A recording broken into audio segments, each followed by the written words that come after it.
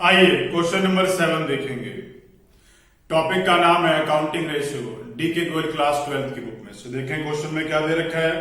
Question में हमें current ratio दे रखी है 1.5:1 और हमसे पूछा गया है कि भाई रीजन दीजिए कि इन सब ट्रांजेक्शन्स का क्या इफेक्ट पड़ेगा, वेदर हमारी रेशियो इंप्रूव होगी, रिड्यूस होगी या उसमें कोई चेंज नहीं आएगा। इस तरह के क्वेश्चन को करने से पहले सबसे पहले हम लोग लेट करते हैं कि हमने कुछ करंट एसेट्स और करंट लायबिलिटीज दोनों की वैल्यू सपोज कर लेनी है। वैल्यू इस हिसाब से सपोज करनी है कि आपस की रेशियो जो क्वेश्चन में दे रखी है उससे मैच कर जाए। आइए क्वेश्चन में करके दिखाता हूं मैं। सबसे पहले हमें जो करंट रेशियो दे रखी है उसका फॉर्मूला लिखेंगे। करंट रेशियो का फॉर्मूला तो सबको आ गया होगा। Current ratio is equals to current assets upon current liabilities. Current assets upon current liabilities formula है ये, और रेशियो दे रखी है 1.5:1। अब इसी रेशियो के हिसाब से इन्हें सपोज कर लेते हैं, लेट कर लेते हैं। अगर करंट एसेट्स की वैल्यू 1,50,000 हो जाए और करंट लायबिलिटीज की वैल्यू मैं 1 लाख ले लूं तो आपस में दोनों की रेशियो 1.5:1 हो जाएगी। ये जरूरी नहीं है कि 1.5 लाख ही लेनी है, आप 15,000 भी ले सकते हो, तो 15,000 10,000 ले लो, कुछ भी लेना है जिनकी रेशियो इस हिसाब से आ जाए। आइए फर्स्ट केस देखेंगे। Realization of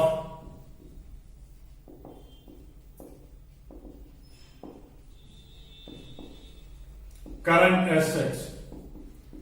current asset realize हो गए। जब करंट एसेट्स रियलाइज हो जाएंगे तो फर्क क्या पड़ेगा भाई? दो चीजों पर फर्क पड़ेगा। एक तो करंट एसेट्स बिक गए, अब करंट एसेट्स से पैसे मिल गए, इसका मतलब क्या हुआ? स्टॉक भी बिक सकता है और डेटर भी एनकैश हो सकते हैं। तो दोनों ही केस में करंट एसेट्स की वैल्यू कम हो जाएगी। क्योंकि रियलाइज हुआ है तो दूसरा इफेक्ट हमारे कैश के बैलेंस पर पड़ेगा, वो इंक्रीज हो जाएगा और कैश का बैलेंस भी हमारा करंट एसेट का पार्ट है। इसका मतलब करंट एसेट्स ही कम होंगे और करंट एसेट्स ही बढ़ेंगे। सपोज कर लेते हैं कि यहां पर अमाउंट 50,000 है, तो रेशियो हमें current assets upon current liability करके लिखनी है। तो माइनस कर दिए 50,000 क्योंकि करंट एसेट्स रियलाइज हुए तो करंट एसेट्स की वैल्यू कम हो गई, और कैश के इंक्रीज होने से भी तो करंट एसेट्स बढ़ जाता है। वैल्यू आ गई 1,50,000 अपॉन में 1 लाख। 1.5:1। दिस मीन्स रेशियो में कोई चेंज नहीं है, नो change.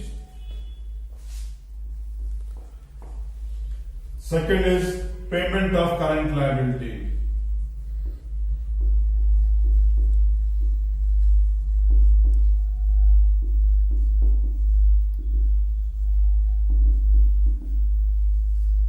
अब पेमेंट ऑफ करंट लायबिलिटी में क्या होगा?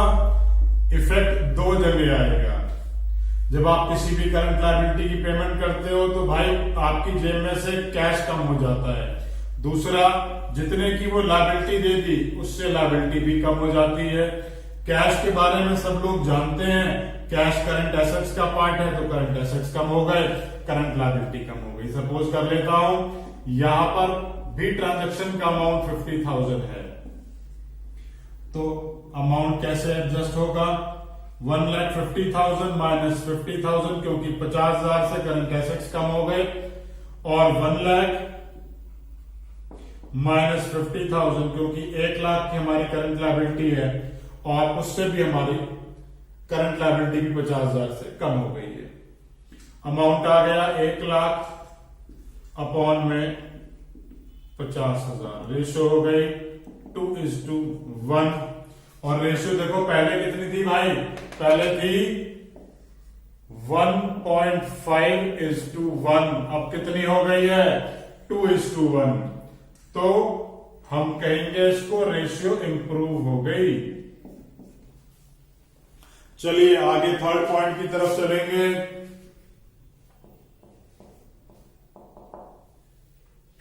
B R dishonoured.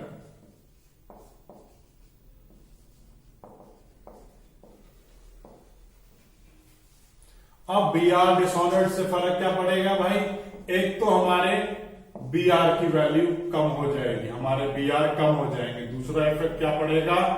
Debtor increase हो जाएंगे, क्योंकि जिसका बी आर डिसऑनर हो जाएगा हम उससे फिर डेटर्स में जोड़ लेंगे कि भाई इस आदमी से पैसे लेने हैं। तो बी आर भी मेरा क्या है? करंट एसेट का पार्ट है, तो मतलब करंट एसेट्स कम हो गए। सपोज कर लेता हूं अमाउंट 50,000 है, तो 50,000 से बी आर कम हो गए और डेटर भी मेरा करंट एसेट का पार्ट है, तो 50,000 से डेटर करंट एसेट्स मेरे बढ़ जाएंगे। तो 1,50,000 की मेरे करंट एसेट्स थे, तो डेटर की वैल्यू बढ़ गई 50,000 रुपए से और बी आर की वैल्यू 50,000 से कम हो गई, वैल्यू आ गया 1,50,000। नीचे करंट लायबिलिटी है, करंट लायबिलिटी में तो कोई चेंज है ही नहीं, वो एज इट इज आ जाएगा 1 लाख और रेशियो हो गई 1.5:1। तो क्या कोई चेंज हुआ है भाई? नहीं, पहले भी 1.5 था और अब भी 1.5 है। फोर्थ केस देखेंगे।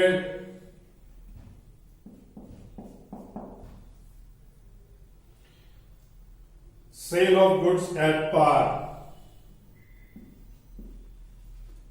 Sale of goods at par, ठीक है जी। जितने की गुड्स थे उतने के ही बेच दिए। सपोज कर लेते हैं 50,000 के गुड्स बेच दिए, तो गुड्स के बेचने से फर्क क्या पड़ेगा? एक तो भाई कैश बढ़ जाएगा, दूसरा स्टॉक कम हो जाएगा। जब आपका स्टॉक कम हुआ तो किस पर फर्क पड़ रहा है? करंट एसेट्स पे। तो करंट एसेट्स 50,000 से कम, और जब कैश इंक्रीज हो रहा है तो किस पर फर्क पड़ रहा है? तो भी करंट एसेट पर ही फर्क पड़ रहा है, करंट एसेट्स 50,000 से बढ़ जाएंगे। चलिए रेशो में देखें क्या चेंज आया है। 1,50,000 था, 50,000 से करंट एसेट्स की वैल्यू इंक्रीज हो गई क्योंकि कैश इंक्रीज हो गया, और वही स्टॉक भी 50,000 से कम हुआ है, तो करंट एसेट्स की वैल्यू 50,000 से कम हो गई। करंट लायबिलिटी में तो कोई चेंज है ही नहीं, तो 1,50,000 अपॉन में 1 लाख रेशियो इज 1.5:1 और कोई भी चेंज नहीं आया। नेक्स्ट देखेंगे point number 5, sale of goods at profit. Sale of goods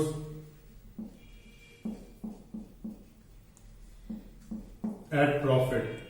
goods को सेल करने के लिए भेज दिया है प्रॉफिट पर। किन दो चीजों पर फर्क पड़ेगा? स्टॉक पर। कितना? स्टॉक का क्या होगा? स्टॉक हमारा कम हो जाएगा। सपोज कर लेते हैं यहां पर cost of goods is 50,000 and profit is 5,000। तो स्टॉक कितने से कम हो जाएगा? स्टॉक 50,000 से कम हो जाएगा, और पैसे कितने मिल जाएंगे? पैसे 55,000 मिल जाएंगे। करंट एसेट्स, कैश जो है वो करंट एसेट्स है और स्टॉक जो है वो भी करंट एसेट्स है, तो दोनों चेंजेस करंट एसेट्स में ही आ रहे हैं। तो देखें 1,50,000 के करंट एसेट्स थे, स्टॉक 50,000 से कम हो गया, लेकिन जो कैश है वो 55,000 से इंक्रीज हुआ है। अपॉन में 1 लाख, करंट लायबिलिटी में कोई चेंज नहीं है, ये वैल्यू आ गई 1,55,000 अपॉन में 1 लाख, और रेशियो कितनी हो गई? 1.55:1, जबकि पहले रेशियो कितनी थी भाई? पहले थी 1.5, अब 1.55 हो गई है, तो मैं लिखूंगा रेशियो इंप्रूव। आइए 6 पॉइंट देखेंगे। 6 पॉइंट में देखें क्या लिखा है। Sale of goods at loss.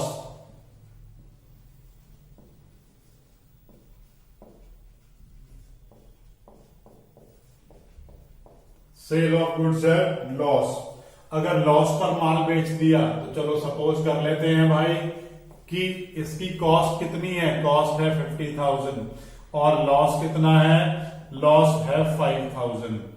तो देखें अब इससे किन दो चीजों पर फर्क पड़ेगा।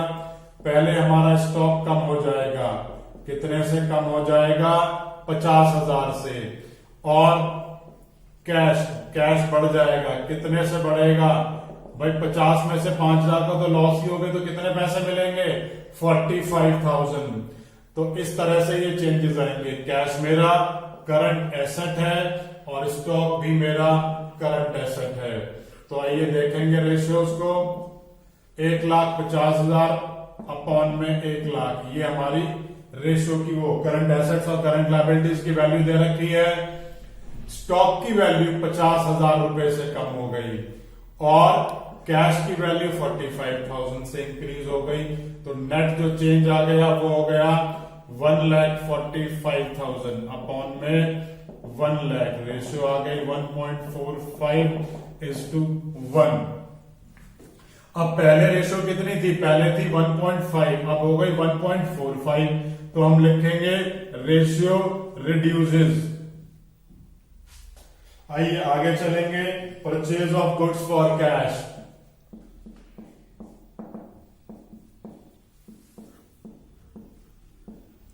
Purchase of goods for cash. अब अगर गुड्स को परचेज करा है कैश के लिए तो किन दो चीजों पर फर्क पड़ेगा।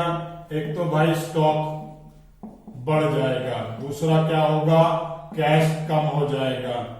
अब इसकी भी अगर हम वैल्यू सपोज कर लें कि हमने 50,000 का स्टॉक परचेज किया है तो 50,000 से स्टॉक बढ़ गया और 50,000 से ही कैश कम हो गया और दोनों ही मेरे क्या हैं, करंट एसेट्स हैं। तो 1,50,000 की करंट एसेट्स थे, 50,000 से स्टॉक बढ़ गया क्योंकि आपने परचेज किया था और उसके पैसे दिए तो उतने ही कैश कम भी हो गया। अपॉन में 1,00,000, रेशियो हो गई 1.5:1। So there is no change.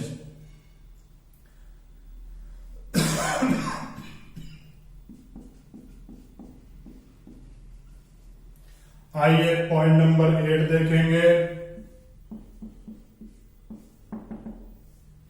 Purchase of goods on credit for of 3 months। Purchase of goods on credit of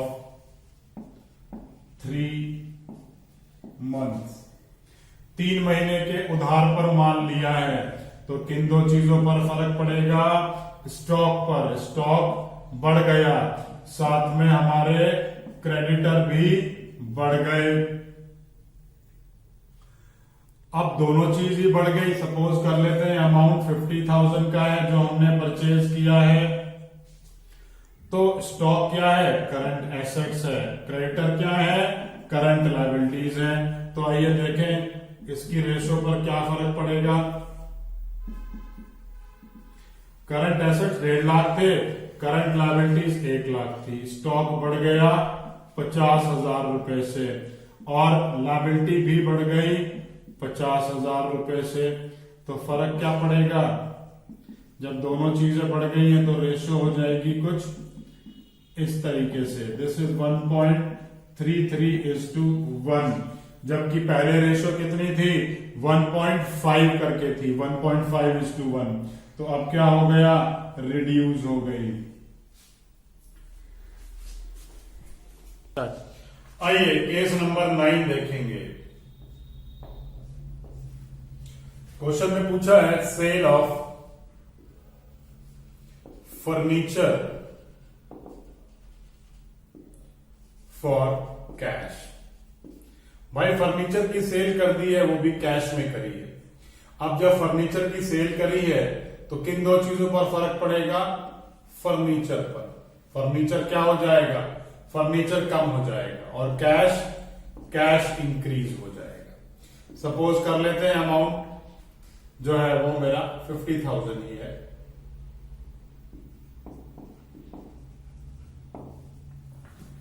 अब फर्नीचर क्या है? फर्नीचर है नॉन करंट एसेट्स। तो क्या करंट एसेट्स को पढ़ते, वो करंट रेशियो को पढ़ते टाइम मैं इसकी कोई बात करूंगा? जी नहीं, मैं इसकी कोई बात नहीं करूंगा। लेकिन कैश क्या है? कैश है करंट एसेट्स। जब मैं करंट रेशियो पढ़ूंगा तो करंट एसेट्स की बात करूंगा। तो आइए रेशियो में देखें क्या फर्क पड़ेगा। 1,50,000 के करंट एसेट्स थे, 1 लाख रुपए की करंट लायबिलिटी थी। कैश कितने से इंक्रीज हो गया? हमने अमाउंट सपोज कर रखा है 50,000, तो कैश 50,000 से इंक्रीज हो गया। अब ये वैल्यू कितनी हो गई? 2 लाख अपॉन 1 लाख। रेशियो हो गई 2:1। तो रेशियो पहले कितनी थी? पहले रेशियो है 1.5:1। अब कितनी हो गई? 2:1। तो रेशियो क्या हो जाएगी? इंप्रूव। आइए 10th केस देखेंगे। Sale of machinery on a credit of 5 months।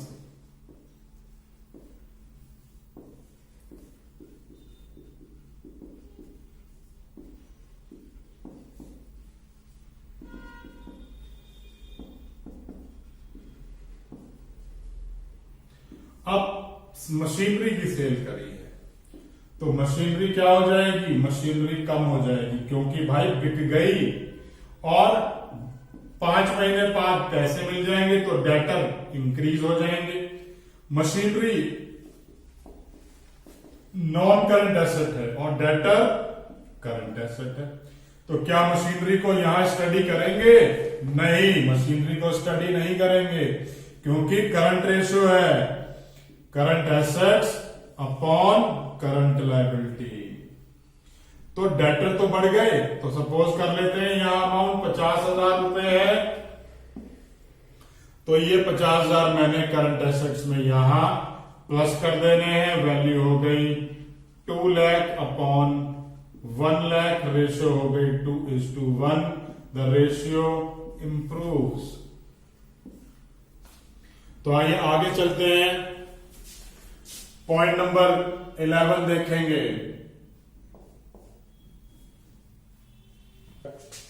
Cell of land on long term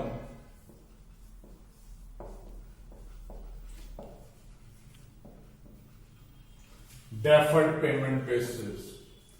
अब हमने अपना कोई जमीन का हिस्सा बेच दिया, लेकिन long term deferred payment basis पर। अब ये long term deferred payment basis क्या है भाई? Long term deferred payment basis है मतलब पैसे आराम आराम से आएंगे।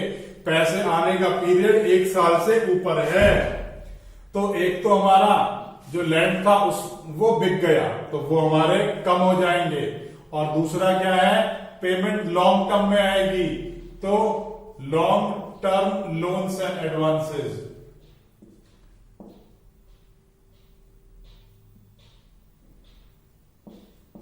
तो लॉन्ग टर्म लोन, लेकिन ये लॉन्ग टर्म लोन क्योंकि हमें मिलेगा तो हमारे लिए एसेट है। ये जो लैंड आपने बेचा ये मेरी नॉन करंट एसेट की वैल्यू है, और ये जो हमें पैसे 1 साल से लंबे पीरियड में मिल रहे हैं ये भी हमारे नॉन करंट एसेट्स हैं। ठीक है जी। तो दोनों चीजों पर क्या हुआ? दोनों में से दोनों, ना तो कोई करंट एसेट है ना कोई करंट लायबिलिटी है, तो क्या इनका इफेक्ट पड़ेगा करंट एसेट और करंट लायबिलिटी पर? जी नहीं, इनका कोई इफेक्ट नहीं पड़ेगा। रेशियो जितनी थी उतनी की उतनी रहेगी। मैं लिखूंगा नो चेंज। आइए पॉइंट नंबर 12 की तरफ चलेंगे।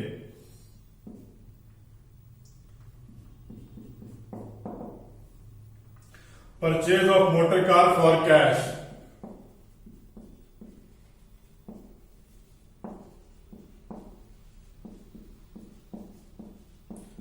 अब कैश में आपने मोटर कार परचेज कर ली, तो भाई एक तो मोटर कार की वैल्यू बढ़ गई, और दूसरा कैश में कैश दिया है तो कैश कम हो गया। मोटर कार मेरा नॉन करंट एसेट का पार्ट है और कैश मेरा करंट एसेट्स का। तो मोटर कार में के परचेज होने से करंट एसेट या करंट लायबिलिटी पे कोई फर्क पड़ेगा? जी नहीं, बिल्कुल भी नहीं पड़ेगा। तो हमारे करंट एसेट्स कितने हैं? 1,50,000। कितने से कम हो गया? सपोज कर लेते हैं 50,000 रुपए की वैल्यू है, तो कितने कम हो गए? 50,000। और करंट लायबिलिटी पे क्या कोई चेंज पड़ा? जी नहीं, कोई चेंज नहीं पड़ा। तो रेशियो कितनी हो जाएगी?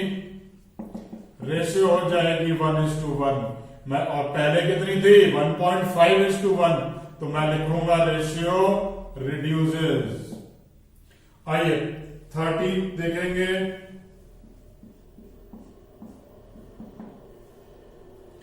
Purchase of building on credit of 4 month.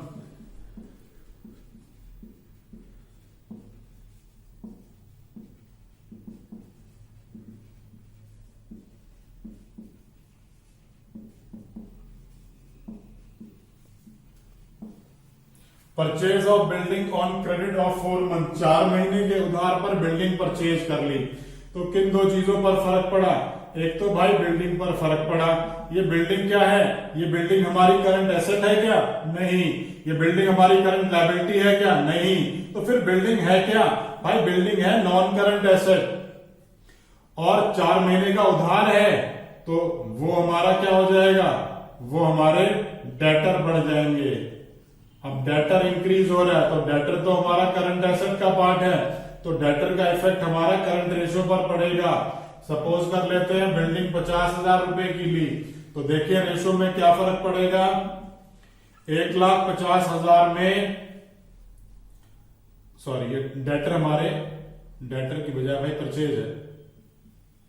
ओहो, तो यहां हमारे क्रेडिटर इंक्रीज होंगे और क्रेडिटर हमारे इंक्रीज होंगे और क्रेडिटर हमारी करंट लायबिलिटी का पार्ट है। तो 1,50,000 में कोई चेंज नहीं आएगा, मेरी सिर्फ करंट लायबिलिटी में चेंज आएगा। कितने का? 50,000 रुपए का। करंट लायबिलिटी 50,000 रुपए से बढ़ जाएगी। वैल्यू कितनी हो गई? 1,50,000 अपॉन में 1,50,000, रेशियो हो गई 1:1। और रेशियो पहले कितनी थी? 1.5:1 और अब कितनी हो गई है? अब हो गई है 1:1। तो मैं लिखूंगा रेशियो रिड्यूसेस। आइए आगे चलेंगे। 14 केस क्या लिखा है? Purchase of plot of land on long term deferred payment basis. Purchase of plot of land on long term deferred basis। अब लॉन्ग टर्म डेफर्ड बेसिस का मतलब क्या है? कि भाई लैंड तो आज ही परचेज कर लिया है, लैंड की वैल्यू तो आज ही बढ़ गई है, प्लस में धीरे धीरे देंगे पैसे, तो लॉन्ग टर्म लोन बढ़ गया है। अब ये लॉन्ग टर्म लोन बढ़ गया है। ये लॉन्ग टर्म लोन क्या है? नॉन करंट लायबिलिटी है मेरी, नॉन करंट लायबिलिटी। और ये लैंड क्या है? ये नॉन करंट एसेट है। क्या इन दोनों का करंट एसेट्स या करंट लायबिलिटी पे कोई फर्क आ रहा है? जी नहीं, कोई फर्क नहीं आया है, ना तो करंट एसेट के ऊपर और ना ही किसी करंट लायबिलिटी के ऊपर। तो रेशियो पहले भी 1.5:1 थी और वो अब भी 1.5:1 ही है। तो हम लिखेंगे रेशियो में नो चेंज। आइए केस नंबर 15 देखेंगे। Repayment of long term loan which is avail from the bank.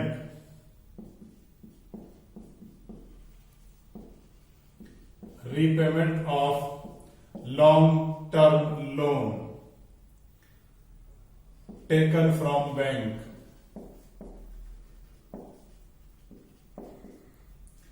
अब किन दो चीजों पर फर्क पड़ेगा? एक तो भाई बैंक का लोन जो है हमारा वो कम हो जाएगा, बैंक का लोन हमारा कम हो जाएगा और रीपेमेंट करी है तो कैश कम हो जाएगा। अब ये जो बैंक लोन था ये क्या है मेरा? ये मेरी लॉन्ग टर्म लायबिलिटी है। लॉन्ग टर्म लायबिलिटी मतलब नॉन करंट लायबिलिटी। इसको क्या मैं करंट रेशो में इसका कोई इफेक्ट पड़ेगा? जी नहीं, इसका कोई इफेक्ट नहीं पड़ेगा। कैश को देखें, कैश क्या है? Current assets. तो कैश पर कोई फर्क पड़ेगा? जी हाँ, कैश में चेंज आने से करंट एसेट्स पर फर्क पड़ेगा। तो वैल्यू है 1.5 लाख और यहां दे रखी है 1 लाख। अब देखें कितना चेंज आ रहा है। ये repayment of long term loan which was avail from bank, जो बैंक से अवेल करा है। Repayment of long term loan taken from bank. तो जितना भी कैश कम हुआ है, कितना कैश कम हुआ है भाई? 50,000 रुपए का कैश कम हो गया है। तो 50,000 रुपए मैंने यहां से कम कर दिए, किसमें से? करंट एसेट्स में से।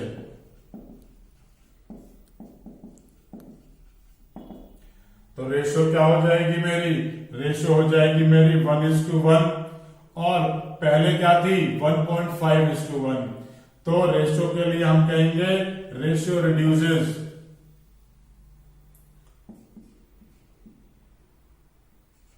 आइए 16 केस पर चलेंगे। Issue of shares.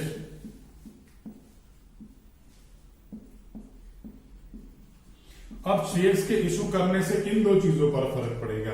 पहले तो भाई कैश बढ़ जाएगा और दूसरा शेयर कैपिटल इंक्रीज हो जाएगी। ये जो शेयर कैपिटल है ये क्या है? ये तो भाई शेयर होल्डर फंड का पार्ट है। ठीक है जी न, ये हमारा नॉन करंट है, ये हमारा करंट नहीं है। हम करंट रेशो को स्टडी करते टाइम इसका चेंज स्टडी नहीं करेंगे, इसको नहीं देखेंगे। लेकिन कैश क्या है? करंट एसेट का पार्ट है। तो रेशो देखें कैसे चेंज होगी। सपोज कर लेते हैं यहां पर भी अमाउंट हमारा 50,000 ही है, तो करंट एसेट्स की वैल्यू इंक्रीज हो गई और यहां पर ये वैल्यू कितनी हो गई? ये वैल्यू हो गई 2 लाख अपॉन में 2:1। रेशो हो गई है इंप्रूव। फाइनली क्वेश्चन इसी तरीके से करना है। क्वेश्चन में कोई भी डाउट आता है नीचे कमेंट बॉक्स में कमेंट कर सकते हैं। वीडियो अच्छी लगे तो लाइक बटन जरूर प्रेस किया कीजिए और अगर इस टॉपिक के ऊपर मेरा वीडियो लेक्चर नहीं देखा है तो प्लीज उसे जरूर देखिए। उसको देखने से सारे कॉन्सेप्ट हमेशा के लिए क्लियर हो जाएंगे।